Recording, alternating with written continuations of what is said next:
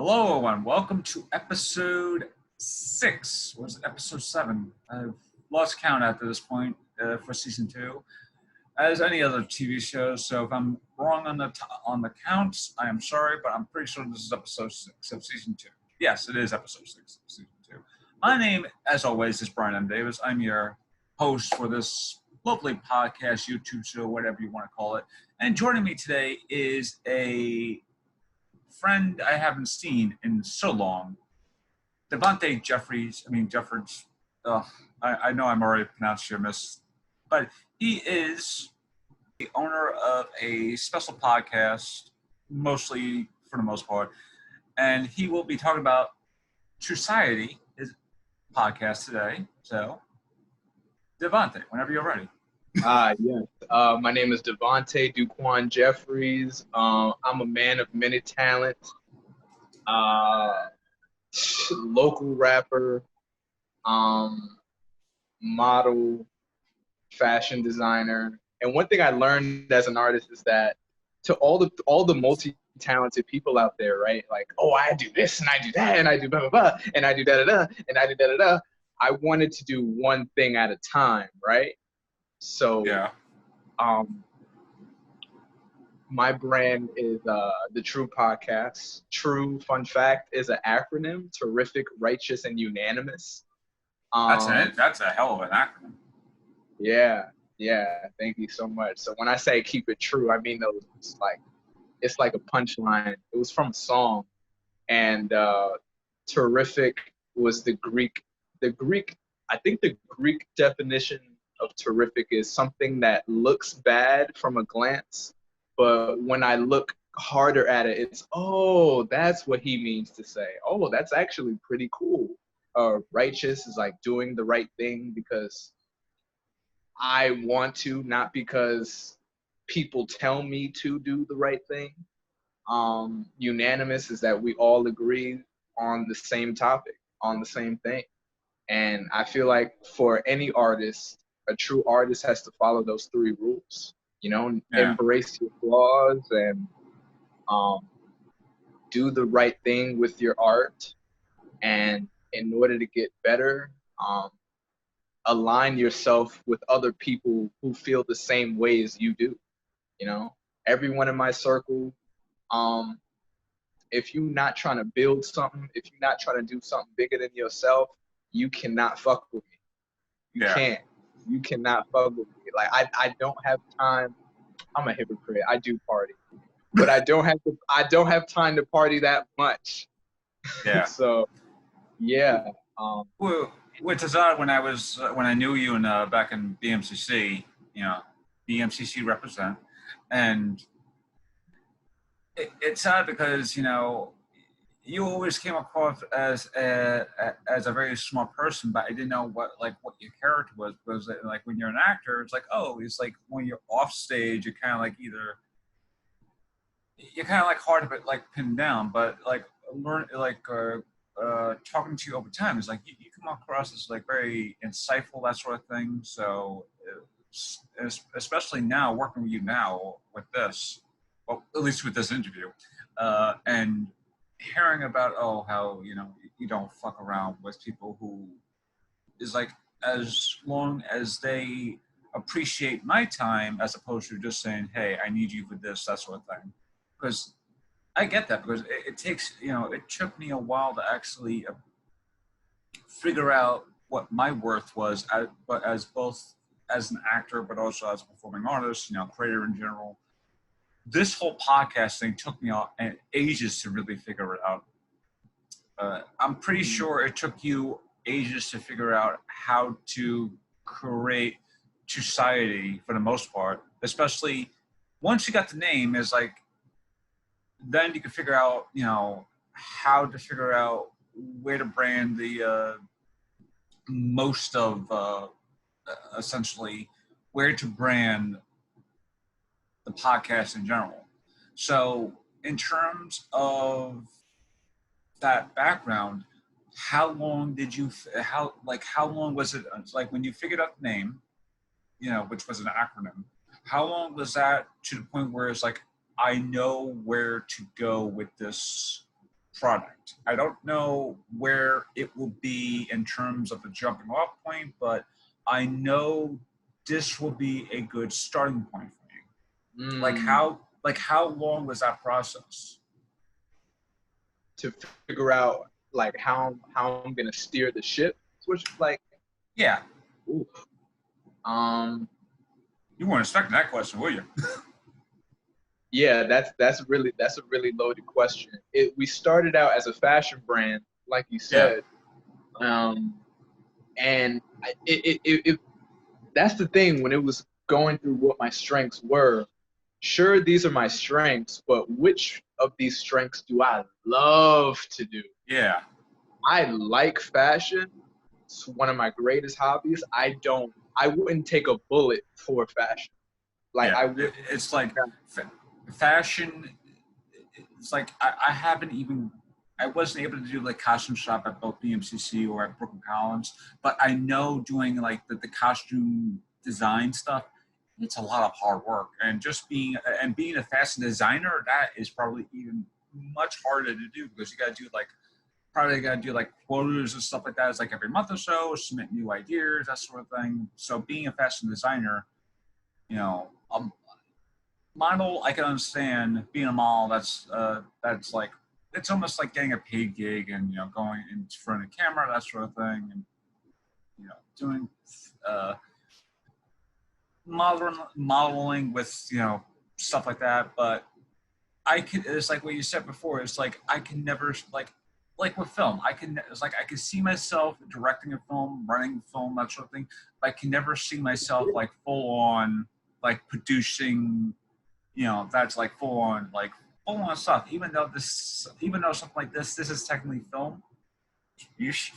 So yeah, but a lot of that comes from a lot of work from us, especially being behind the scenes editing. So I completely agree. It's like even if it's a hobby, you always have to see if that hobby is something that's worth your time. And if you know that fashion, which you do like, but it's not going to be the right fit for you, it's still like, okay, fashion's not really my thing, but this is something I could literally do off the side, especially when I start building up a brand.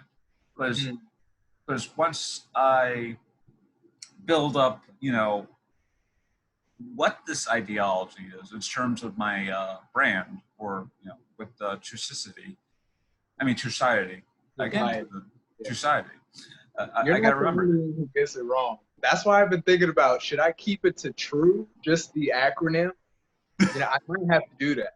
I might have to do Well, but society always has a nice ring to it too. So it was like, what do you do? Well, I am the owner and operator of society. And it was like, ooh, what is society? Well, my young friend here, and like something like that.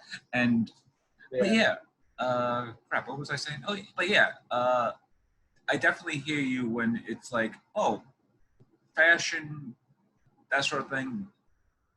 If you wanted to do that as a fashion line, that'd be even more harder because you got to think of more creative ways to essentially, okay, especially now with the pandemic going around. It's like, okay, now masks will be more like popular now. It's like, how would I create this fashion line with geared toward masks, that sort of thing. So it's like you have to be really, really, really, really, really in depth with fashion, that sort of thing. So I understand it completely being like, hey, fashion might be a hobby of mine, but it's not like what I really want to do.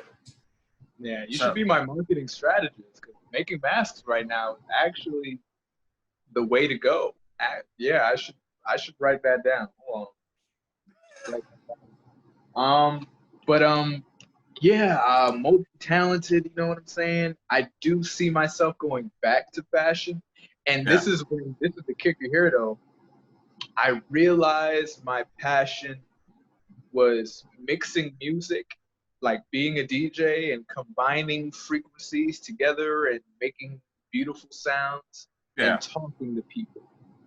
Like I'm an introvert, I'm very quiet, so I use my ears more than I use my mouth. Um, So I'm sure you probably heard the craziest things 5 minutes before a show starts. Oh Like, yeah. man, I would hear it, and I couldn't believe that they would say that, but they didn't know that they said something vulnerable in that moment.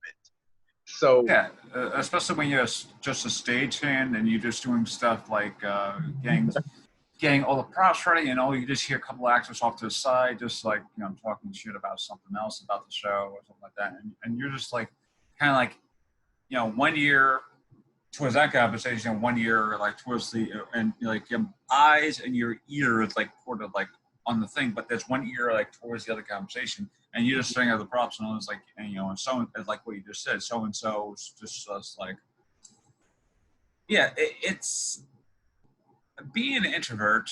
It I will say this: being an introvert, it holds a lot of power, but at the same time, it's power that you probably do not want because you basically are able to know when someone is bullshitting someone, and because give you me kind an of like example, man.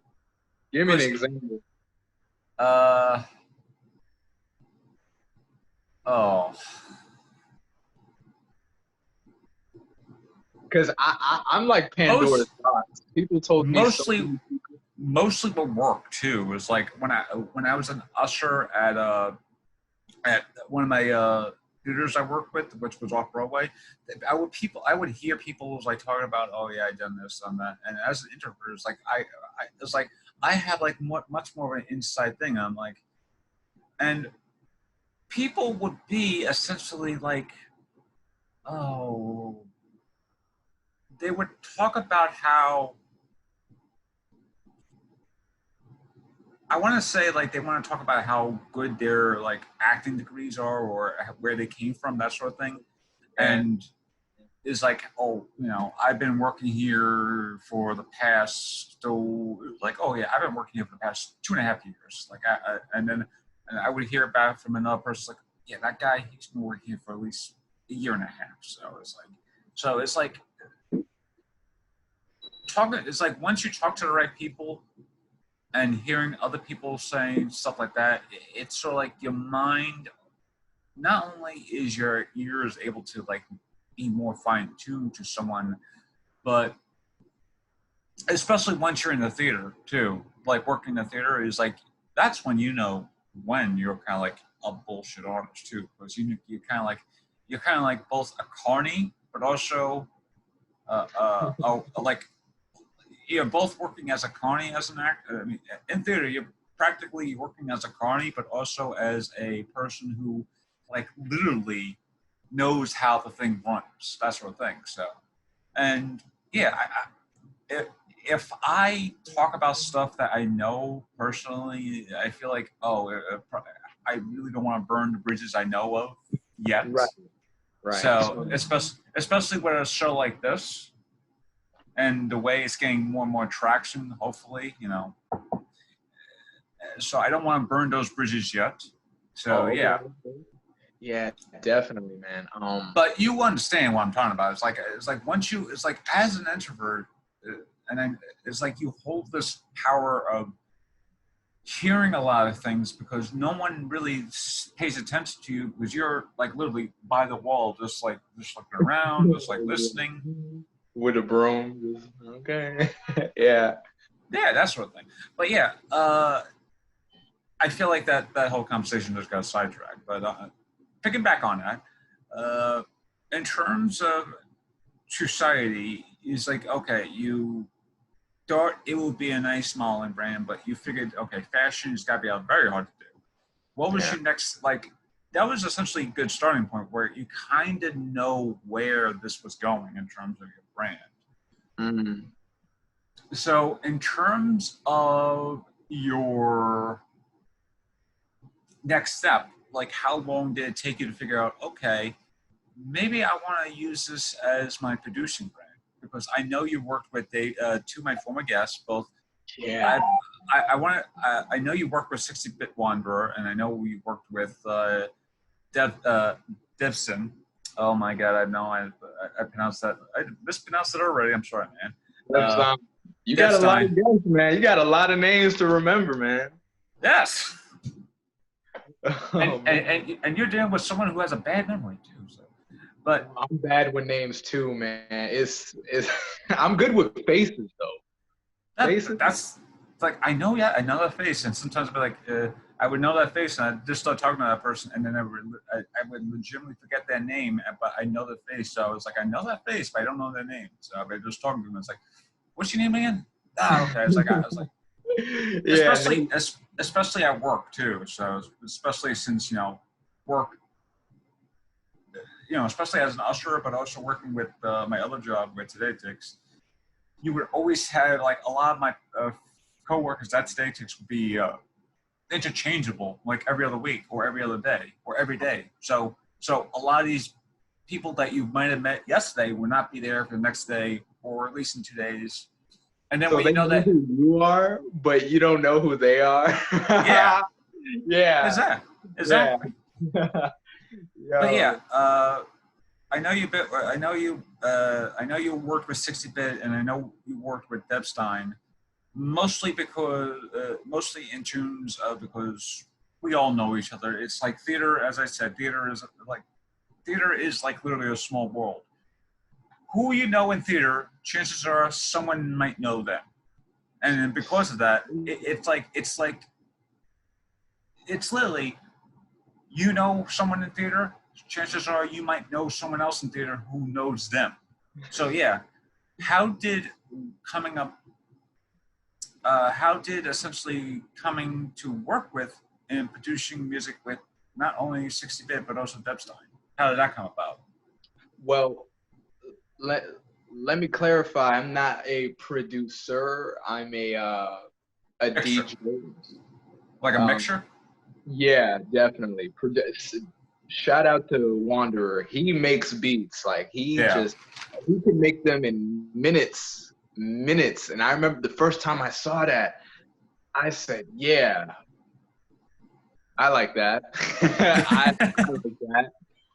Because he loves Motown and Japanese anime music, and I just to make something from nothing.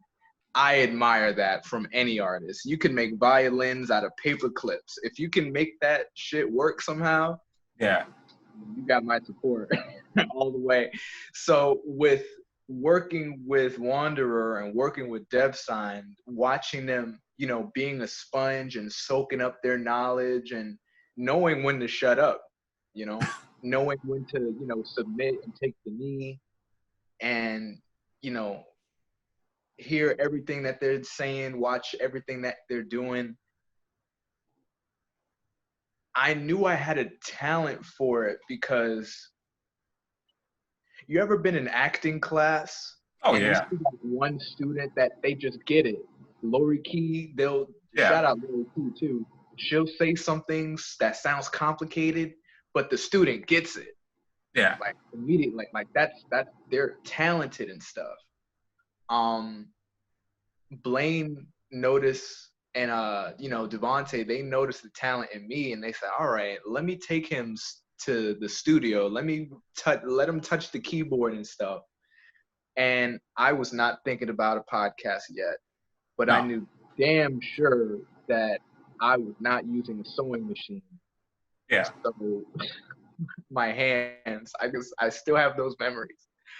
Um, I also knew that I was really good at talking to people, and every time an artist I came to them, we would always have these cool conversations and stuff, and they would be vulnerable with me, I'd be vulnerable with them, and I had a talent. That's when I realized I had a talent of helping people uh,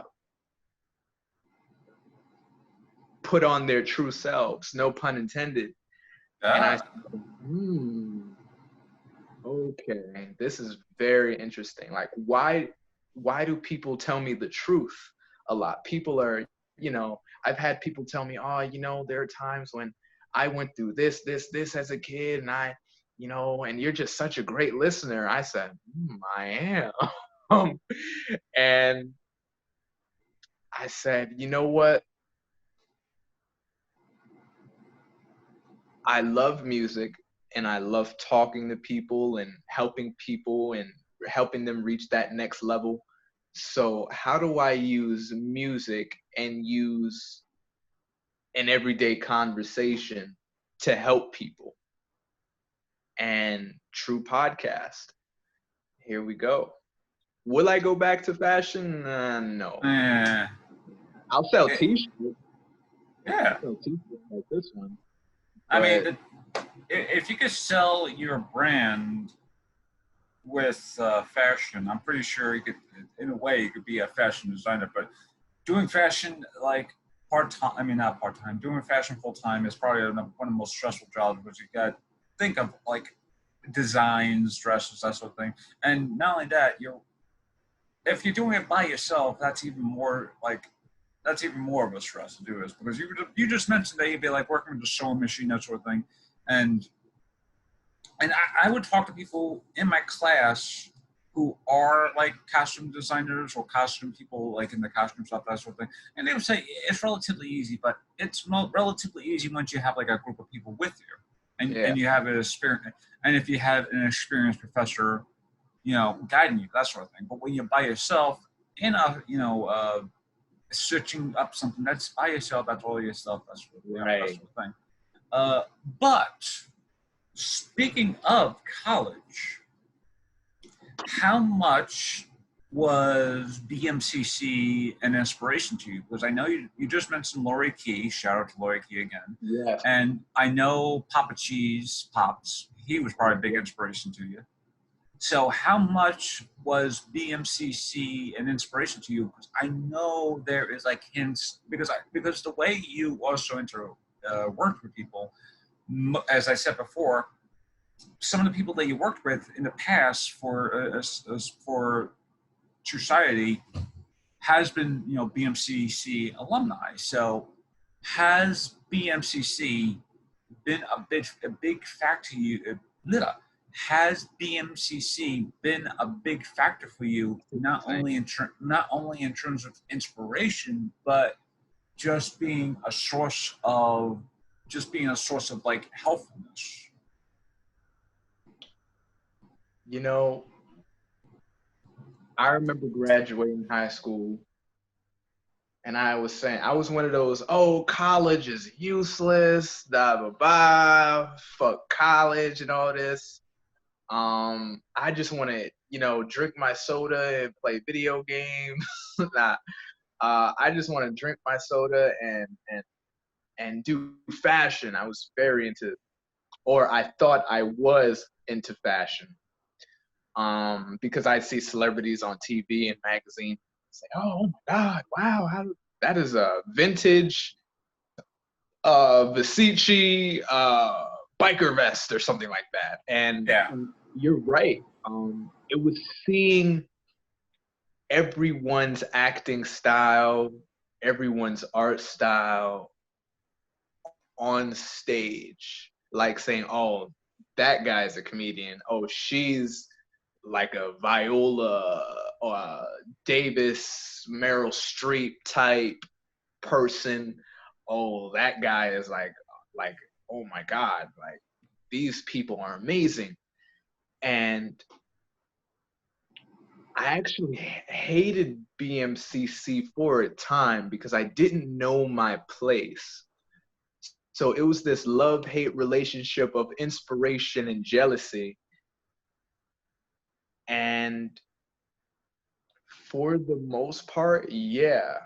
I'm glad I went to BMCC to soak, again, the same thing with Wanderer, the same thing with Deb Sign, soak up everyone's style and to yeah. find out what my lane is, definitely. Even the professors, Papa Cheese, Lori Key. Did you have Secret? No, not secret. She I was had I had Cheney, Papa Cheese, Winstead,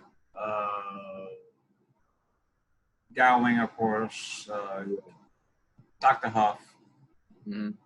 uh, and and Piper too. Piper? Yeah, Chris Piper. No, who? I What is? think he was the audio professor when he was there, so he might have actually left before you No, had. no. He was a Yeah. guy. If you ever noticed, he had like glasses, that sort of thing. He worked with the sound design, and Did he have red hair? yeah, I believe so. Yes, yes. I only saw him one time ever. This guy is like a unicorn. Like Yeah, I only saw him once. but if you had his class, it was like fun, especially as a sound design, like audio design, that sort of thing too. Because he not only did we have like fun projects in that class, but he actually allowed a lot of us to really explore what to do with sound design in general, especially since the play that we were doing that semester was Measure for Measure. So we were trying to figure out how to do like apocalyptic sound design. Oh, So yeah. so in the background, it was like, yeah, I had this idea of having like the because since I live by a church, I wanted to actually go to where my church was actually doing this either like the 6 o'clock or maybe noon bell time, and actually do like hear it like as just like bong bong bong on that sort of thing. But I Mm. could never do that because it was mostly because of time and time restrictions, that sort of thing. But yeah, uh, uh, yeah, I think that was the only professors I had in terms of theater at the MCC. But it's Oh, like, wait, but in terms of what you just said, yeah, uh, it's odd because at BMCC, especially at college in general, finding your like worth in terms of like what you want to do, it's hard because like what you said before is like once you are out of high school, done with high school, like I don't want to go to college, that sort of thing. But mm. with high school, they have like a college now, where it's just basically having. I think they still have college now. I'm not sure if they do, but back in my day, they had college now and actually helped you study. Yeah. Today they call it like AP classes. I don't know what the acronym is, but college professor would come in with statistics. I don't know what a 15-year-old is doing taking a statistics class. Oh, But God yeah, help you.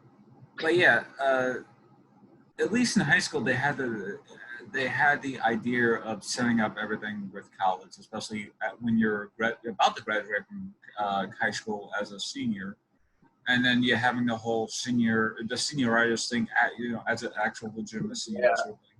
And then once you go into college, especially in a community college or even a 4-year college, it's an interesting, like an interesting mindset because it's odd because the amount of people who I've met in community college, I feel are a lot more grounded than the people who I met Really? Let's in talk about because I met people in college at both not only at Hunter College but also at Brooklyn College. And at Brooklyn College, there are a lot of great people I worked with who I would always be like, "Hey, I'm doing a show. Could I ask for a favor for the show? I need people to work with, that sort of thing." Like, yes, don't that sort of thing. But I think I, I honestly think it has to do maybe for the atmosphere in terms of colleges.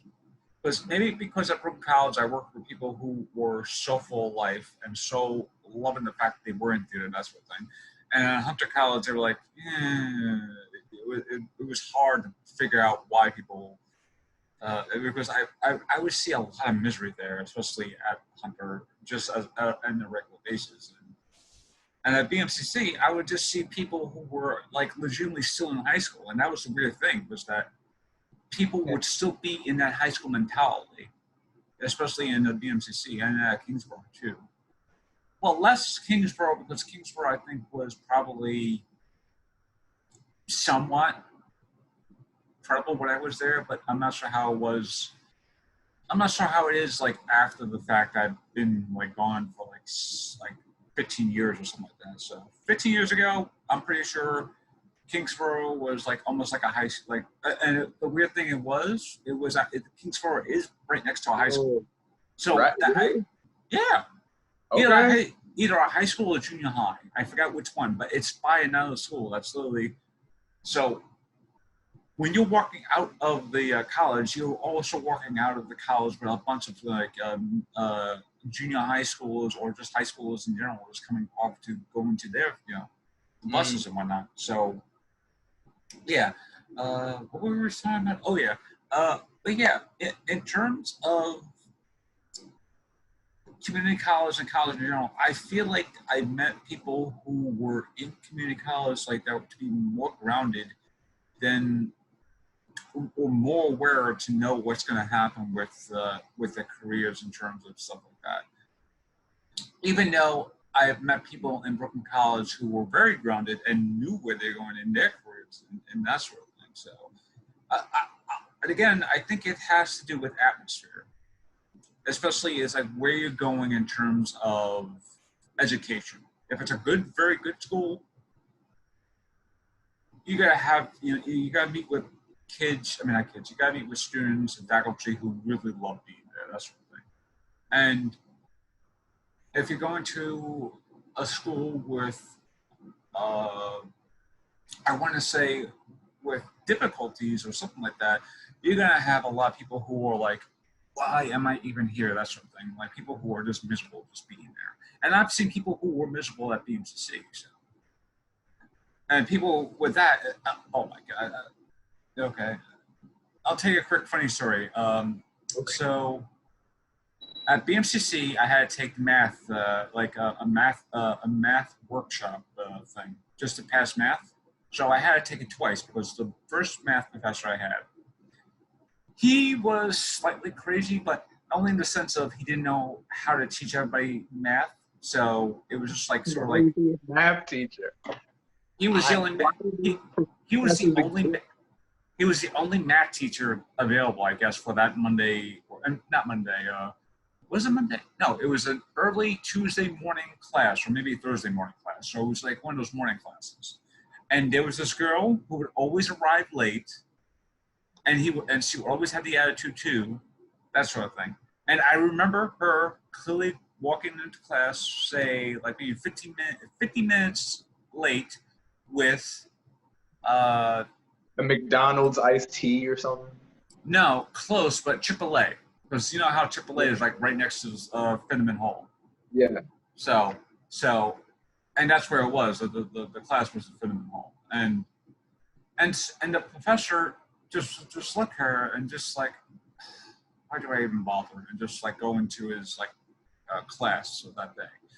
And what's odd is that if I was late or something like that at either Brooklyn College or the Hunter College, my professor wouldn't really care as long as they knew beforehand. It's like, hey, I'm running late, that sort of thing. But it's odd between, and again, this feels like another conversation all by itself, which is essentially the performing arts in like regular public schooling, like like CUNY, that sort of thing. Community college theater, 4-year college theater, that sort of thing within the CUNY system, compared to say like Juilliard or the acting studio or Yale. Yeah, wherever like the more prestigious acting places are, compared to like say a place in the middle of New York City where you have to fight through like several hundred people just to get to your class on time. Ugh. But yeah,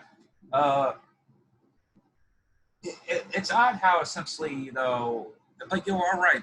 I do think that in the end, I did have the same thing with BMCC, where it's like I did not know where I was going until probably towards the end. And that's the weird thing. And that's the weird thing is like once you're at the end of your last semester, something just clicks. It's like you know where to go next, but where would I go next? Like who do I know to know that note? Like who do I know to, like who do I know so I can ask to I can go next? And it's sad, it's sad because right now this is where I'm going next, which is essentially producing this podcast thing. But if this was a regular summer, I would already be. Oh, that's you. Okay. I heard a buzzing. I was like, but Oh, really? I thought I muted it. if this was a regular summer, I would be head first, feet running, going to look for theater jobs, that sort of thing, trying to find a theater. You know, maybe usher on Broadway again. You know, be working my job naturally, but would I be able to still do this full, like not necessarily full time, but I would still probably be doing this like full, semi part time. That sort of thing. And yeah, and I think, and again, it's odd how essentially once you're in that last semester of college or that last semester in your education, that's when something just clicks. Yeah. That's when you had the moment of clarity or something like that. Whereas like I now know where to go next or something like that effect. Especially if you're in the last semester of the first, like especially if you're in your like first year or something like that. And at the end of your first year, I think that's when you have to submit your, it's like, if you're still undecided at the end of the first year, you have to make a decision or something like that now. Mm-hmm. And then essentially, do you want to be like, do you want to do economics? Do you want to do social justice, that sort of thing? And then at the end, and then at the last moment, you finally figure out, I know what I want to do. I want to paint. And then it's like it's like everyone looks at you like, what? What? It's like, but for the past but for the past couple of semesters, you've been focusing on like economics and social justice, but you want to paint now. It's like, why would you want to do that? That's a long traction. That's going to be, and again, I've had discussions with some, some, what was it, advisor there, not a theater advisor, but just an advisor in general at the MCC, who told me do not do performing arts because it'd be like, it'll be an extra year. But I was like, no, this is the thing I've been working towards. Like, that's the thing I've been working towards. So I'm always carrying that like conversation in my mind every so often, especially if I'm ever feeling disillusional about it. I can just remember about that conversation, and that sort of like resparks my anything. It's like, you know what? I'm going to audition. That sort of thing. But yeah. I like that mentality, man, because in college, funny one, I was still lost even at the end. Like the light was getting bigger and it was getting more apparent and stuff like that, but I still didn't know until because I went to college for the wrong reasons. I wanted to be popular because in high school and middle school, I was what you can imagine someone doesn't want to be. Yeah. So I went to college and I was being someone, and I'm sure a lot of people can relate to this. I was being someone who I wasn't, and I was, a narcissist at the time, and I was being such a fool, like such a stupid fool. And there would come a time when my ego would be killed. Yeah. And it was public, and my reputation was killed. You know what I'm saying? So I had to, at that moment, I had to let my character speak for itself and find out who my, pun intended, true friends were. Yeah. Find out who my true self was. What are my strengths? What are my weaknesses? What are my boundaries and stuff like that? And it was literally graduation, and they say, oh well, you guys are gonna save the world. It was hearing that Chuck Schumer speech like the billionth time. Just like it's like hearing that. It was hearing that speech, and all of a sudden in your mind, it's like you just start hearing it, like those clicks just start clicking together. It's like I know what my worth is. It's like yeah. But also being in the Madison Square Garden also feels like a prestigious moment all by itself too. So having in that moment, journeying, going to MSG for like a half a day just to graduate there and just being on that stage, it's like it's a joyous moment, especially when you work so hard to get that degree and felt like you did not, and felt like essentially it's like, do I deserve this degree, that sort of thing. But what the moment they hear you, the moment you hear your name, and the moment you step on that stage, is like, and the moment you get that degree, and then you turn to those people and go, and then you walk off, it's like, that's when you know something like clicked. Like that's when you know that, that's when you know when that idea or where to go is going to pay for you, because you felt like actual joy when you got that degree. That's what, like, I know when I got my degree, I was like, I said thank you to Professor Kavanaugh, and then thank you, I think, to the dean too, or whoever was on stage as well. And then when I was walking down the stage, I was like, I literally just went, did the most stressful. Don't fall. Don't fall, but I did the most stressful like type of walk down the stairs, and then by the time I was on the second stairs, I was like, you know what? I'll just jump down, and then I jumped down. I was like, that felt great. Yeah. But yeah, it's like, yeah, I do understand the sense of like being at graduation and trying to figure out where to go next, and then suddenly having that realization of where to go next. Is that where True Society kind of like formed that more so, or was that like is that where essentially it sort of like became much more of, this is the idea I want to do, this is the idea I want to promote, that sort of thing? In theater, they call this a beat.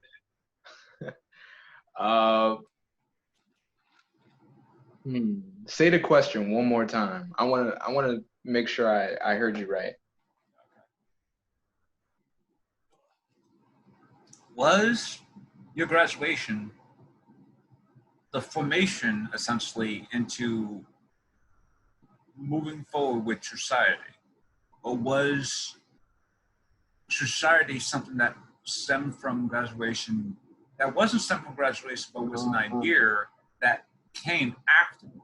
But it was during, because you mentioned that during graduation, it was like something dawned on you and you knew where to go next, because you said you were, even as you're graduating, like in that building, you still wouldn't know where to go next. So something clicked on you. I mean, something clicked within the span of like being in that building until probably when you got the degree.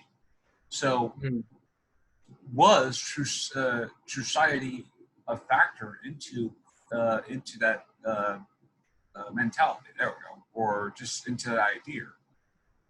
It was the beginning of an idea, definitely. I remember writing the first logo, the circles with the eye. If you go on True Society, TRU_CIETY, the first thing that you see is a bunch of squiggly lines and an eye. That was my first logo ever. And I would doodle that in class, but I didn't know what this was. I didn't know what it meant. I just knew that I liked to draw when I'm bored. Yeah. And which isn't a bad thing by itself, especially when you're in class. Yeah, thank you. Especially if the professor's crazy. So I'm doodling, and the logo means so much to me because I felt, like I said in class, I was in school for the wrong reasons. I wasn't being myself. I was trying to be someone I was not. And it felt like, just like the logo with the circles, I was going in circles, with my identity and who I wanted to be and who I wanted to be years later and blah, blah, blah, and all this woke shit. And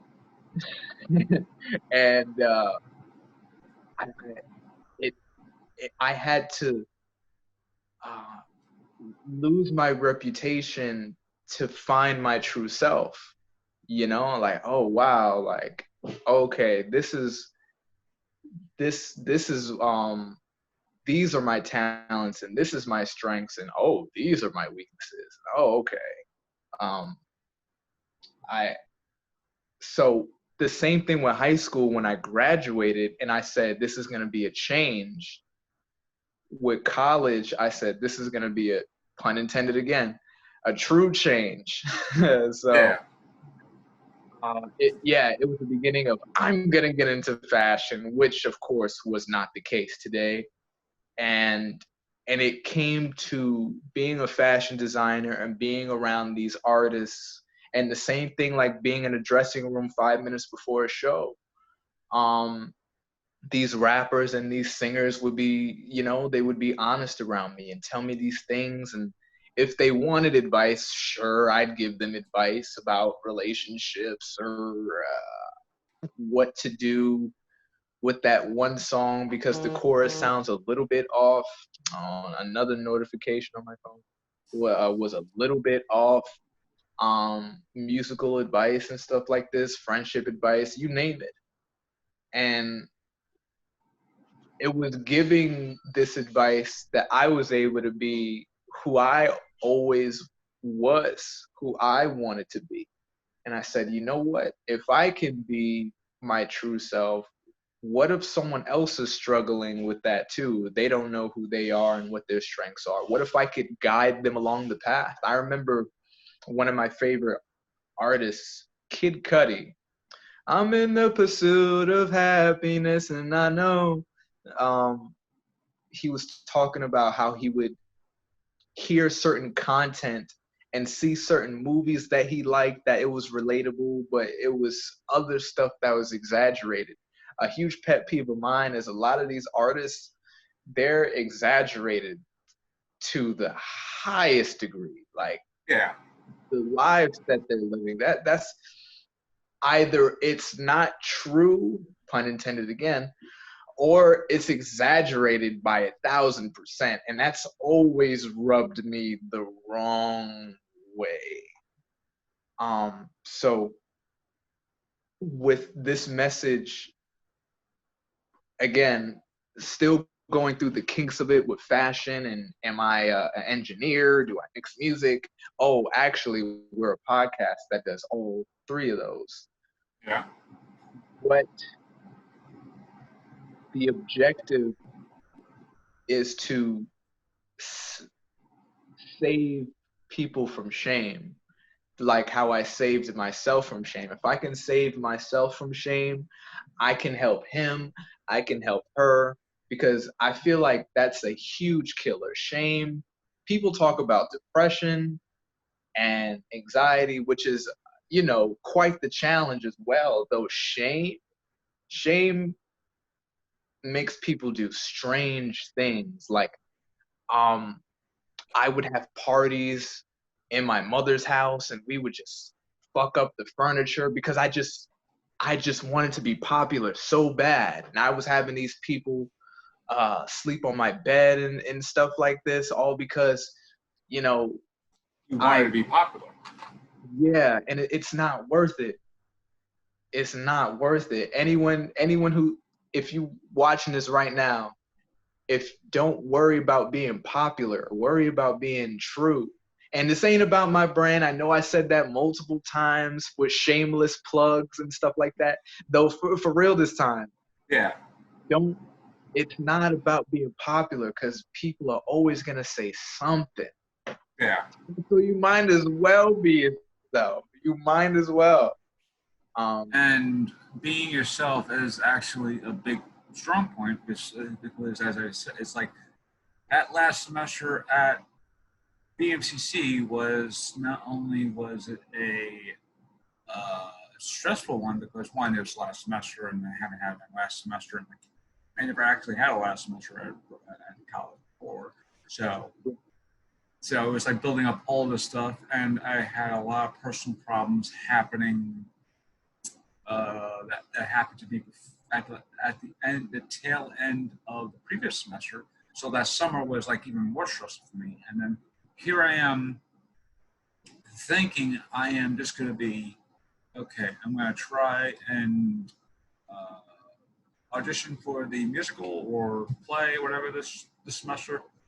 If the theater club is doing a play or something like that, I would try and do that. Try to get my mind off things, but I noticed, well, I didn't notice, but my friends noticed essentially. And this is like what you said before. Your true friends started notice. My true friends started to notice that I wasn't myself anymore. I was essentially this like this Brian Davis that was in front of him, but it was almost like there was a facade in front of him. There was like this guy who they knew was Brian Davis, but wasn't Brian Davis, and Mm. it got to a point where I legitimately had one of the most stressful panic attacks I have ever been, and it was actually like a twofold thing where it's like I was invited to a party. I don't go to parties, and I was trying to say goodbye to the guests of the night, and I couldn't really do that. And someone, you know, rubbed me the wrong way. They talked to me the wrong way, and because of that, I had a panic attack, anxiety attack, what have you. And it's sort of like it continued into that semester too, until the point where it's like I had a very bad anxiety attack. Uh, the day after, I mean, one of the times I was like, after my classes ended, I'm just still around campus, no one's around campus, I'm talking to my friends, and then all of a sudden, like, all this stuff that's been happening to me for the past, like, say, since May of that, since May of that year to that present, all this was just like culminating into one big, uh, like, This snowball effect. yeah, the snowball effect of this emotion just pouring out of me. And then my friends were like, Brian, we were really worried about you. And then it took me like legitimately, it took me what a couple of months, but also going to the counselor's office at BMCC to actually help me out, because if it wasn't for the counselor's office there and then getting therapy as well, I just wouldn't think I would be in.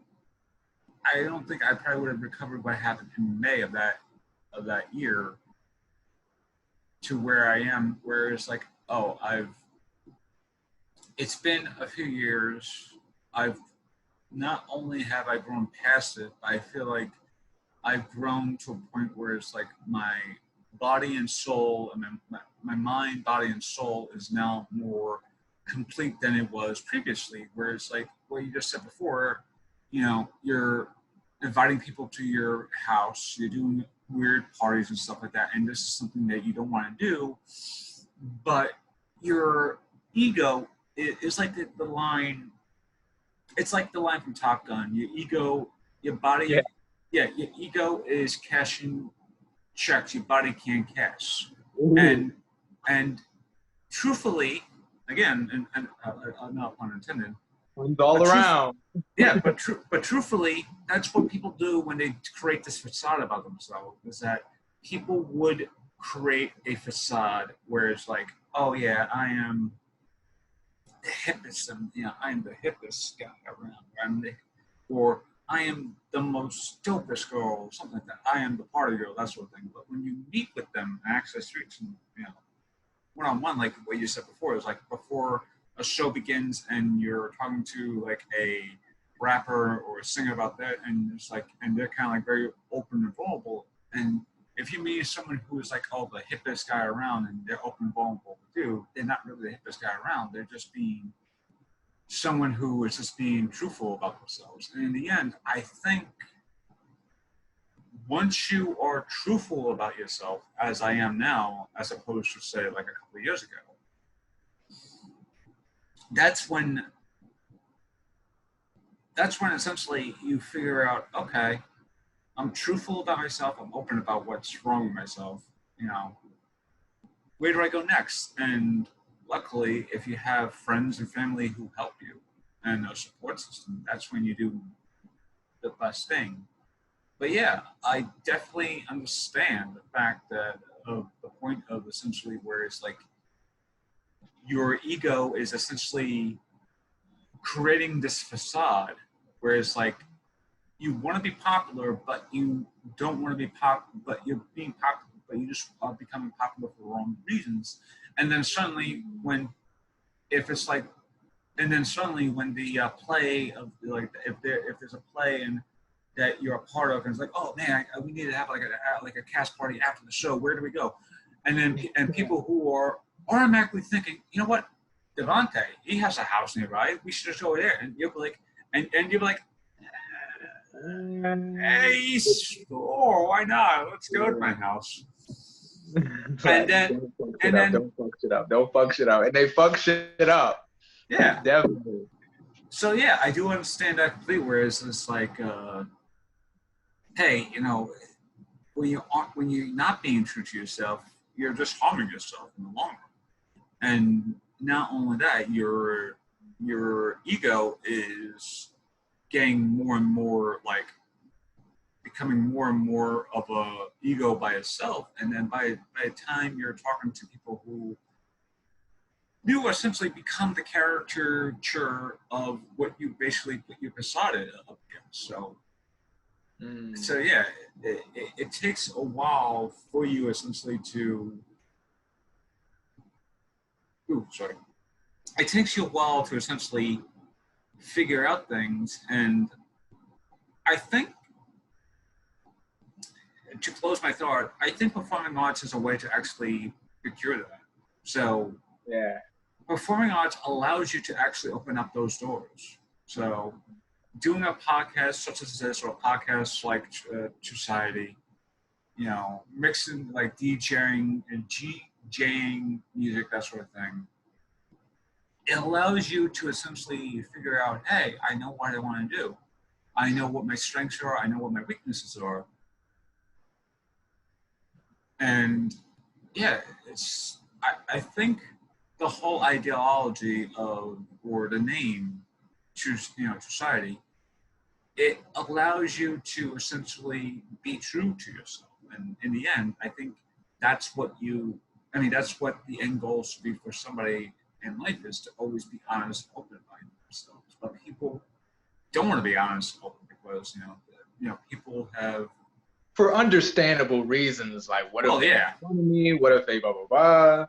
Yeah, it's like I can understand like a celebrity not being open and honest about themselves. If they're a celebrity, like they're a famous actor, and they don't want to talk about that private life, that's perfectly understandable. You know, it's like if they want to talk about, how come you're not married, that sort of thing. It's like, oh yeah, it was like, how come you're, we don't see your wife that often, and even though, that sort of thing, or how come your husband is always your husband always works, in Europe, that sort of thing. Poor Will, but yeah. But yeah, being honest, I think, to wrap up this thought of mine, being honest is what you need to be, especially in a world like this now. And not only that, you just need to be true to yourself. Yeah, man. Yeah, for me, it took me, a counselor and a therapist to help me go through certain dilemmas I was having, where I'm an introvert, but I love attention. Is acting fueling my narcissism? If I am a narcissism, if I am a narcissist, did I get that from somebody? What does this mean? Oh, okay. So where do I go from here? Who should be in my circle? Who should not be in my circle? And stuff like this. And definitely that stigma. I believe every artist should have a therapist. That whole stigma shit. Oh, you're crazy. I don't believe that. Yeah. I believe if someone is seeing a therapist, there's something in their life they're trying to fix, not something in their brain. Yeah. Whatever I'm born with is whatever I'm born with. Same thing as how I can't choose my family, but I can change my life. And if a therapist can help with that, by all means, get 9 of them. Get 9 of them motherfuckers. Just do what you gotta do. Do what you gotta do to get yourself on the path. I was gonna relate that to True, but now I feel like I'm forcing it.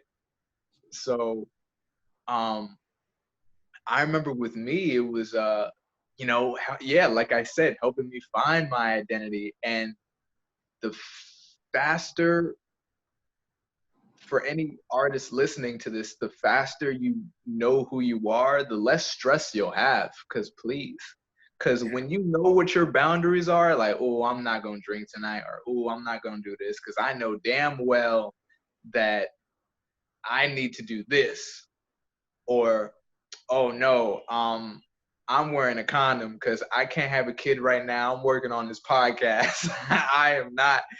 So yeah, man. I love everything that you're doing right now. I Thank believe you. in you. Thank you. Man, any way that I can help, I'd love to help. Any way, if you need any like sort of resources I could give to you, anything. Well, I you're helping me right now. I'm just being on my show and talking about this, the whole idea behind society, and not only that, why performing, your performing arts experience, in general, that sort of thing, and just being essentially open and honest about yourself, and being essentially why saying, hey, and, and again, this is what I was trying to say before, was is that I think performing artists and the way we are performing artists, we do have a idea about how to essentially become who we are. And it's like what you just said before, is like, is my acting feeling not narcissicity? It's like, I know people who are quite, competitive, that sort of thing, but, they aren't competitive for the sake of being competitive. They could just be like a very competitive person in terms of their acting, that sort of thing. But mm, But in terms of what you just said before, there are people who have this weird functionality where their emotions kind of like, uh, where their acting kind of like fuels their emotions, like their actual emotions, not on stage, but just like who they are pretending to be off stage. That's what. that So sounds yeah, complicated. yeah, and especially nowadays, where it's just like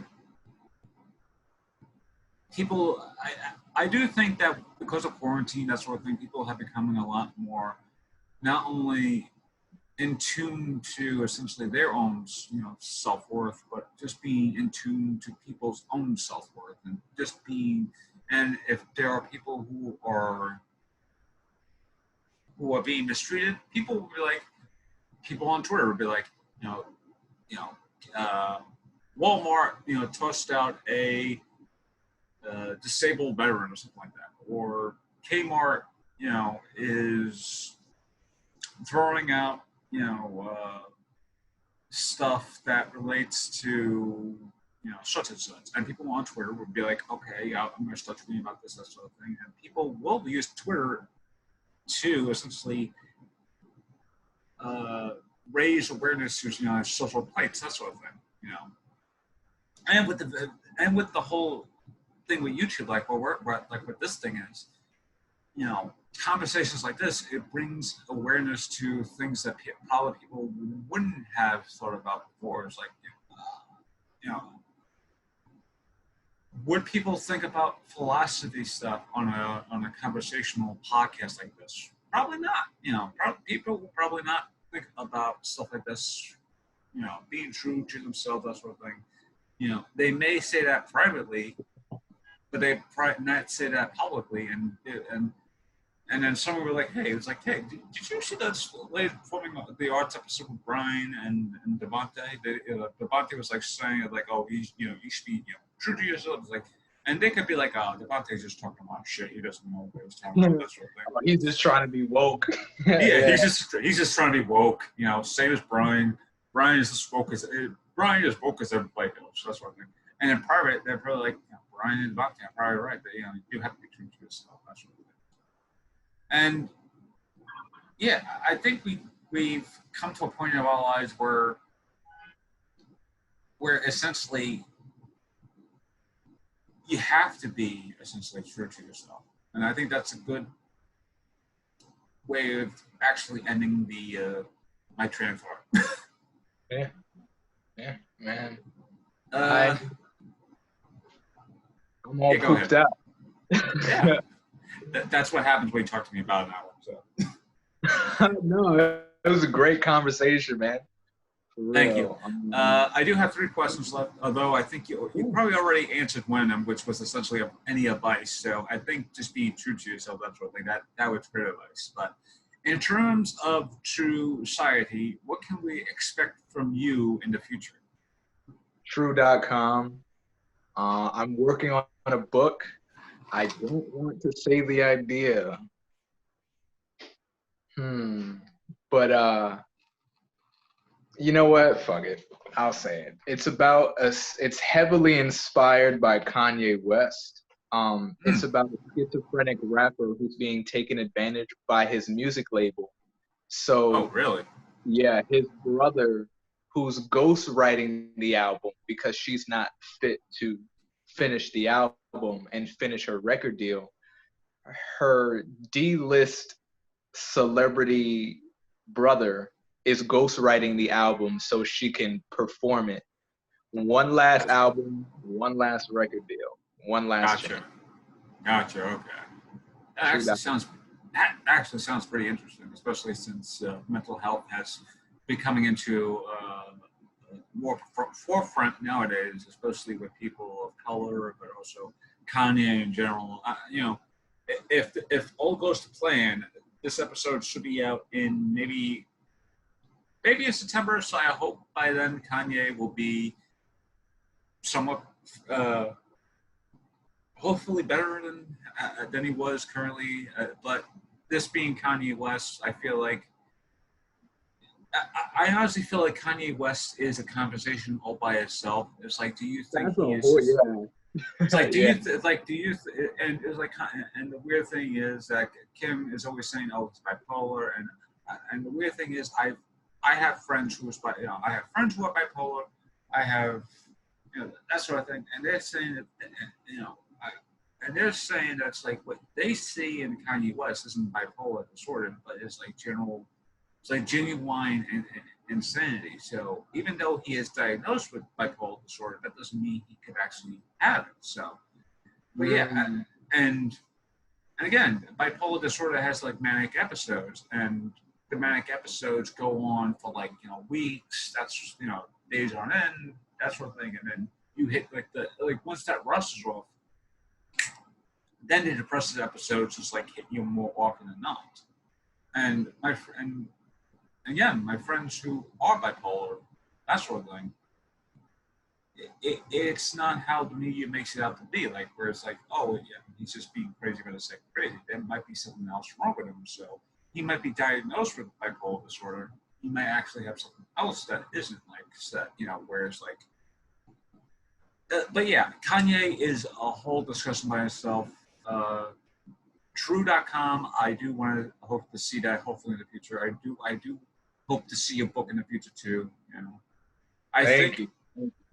writing a book, especially in quarantine, is like almost a great way to not only a great form of therapy, but just being a great form of just a creative outlet too. Because I've been trying to write a short story book too, but it's a little hard because the first story itself is about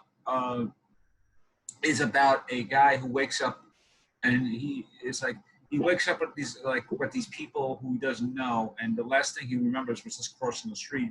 And then during the thing, he meets people who have been long missing or long dead, like Amelia Earhart, DB Cooper, that sort of thing. And so he just starts figuring out, oh, wait a minute, is this possible? It's like, am I possibly in purgatory? That sort of thing, where it's like he doesn't know if he's in purgatory or he might be in some place that is in a state of flux, where it's like these people who have been deemed missing Yeah. are just like,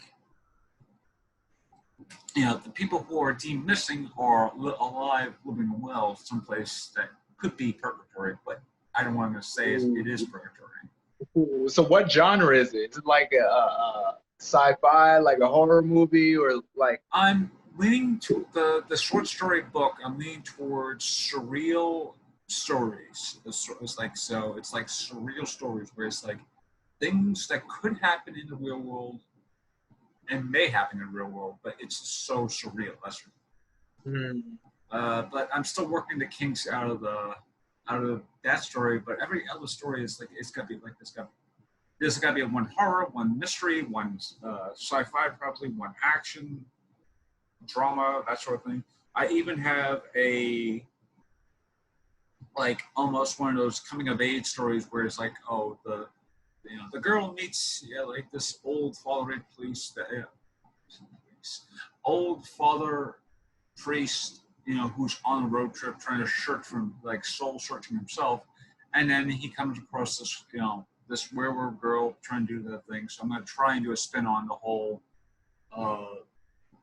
That's sort of like where it's like you confide into this like priest on a vacation, that sort of thing, and it turns out it turns out she has like some sort of like thing about her, and at the end I'm just doing a it's sort of like it's almost in a way stylized after Stephen King, the way he does short stories too. So yeah. you can never figure out what short story you're reading with a Stephen King. But yeah. And yeah, social media. I know you mentioned, I believe, do you like, do you have any social media, other social media you want to put out, like a social media blast, that sort of thing? I like to keep it as simple as I can, no confusions. You can find me on Instagram and YouTube, the same name, True Society, TRU_society. It's like society, True Society. Y'all smart. Y'all smart. Yeah, they know. We all live in a true society. Oh,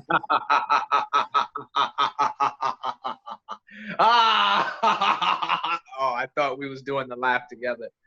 No. Okay, enough of that. We talked for a long time. Devante, thank you again for being a great guest on this podcast show, whatever. My name, as always, is Bryan M. Davis. I hope you enjoy your day or night whenever you're watching this. And please stay safe and wear a damn mask. Yes.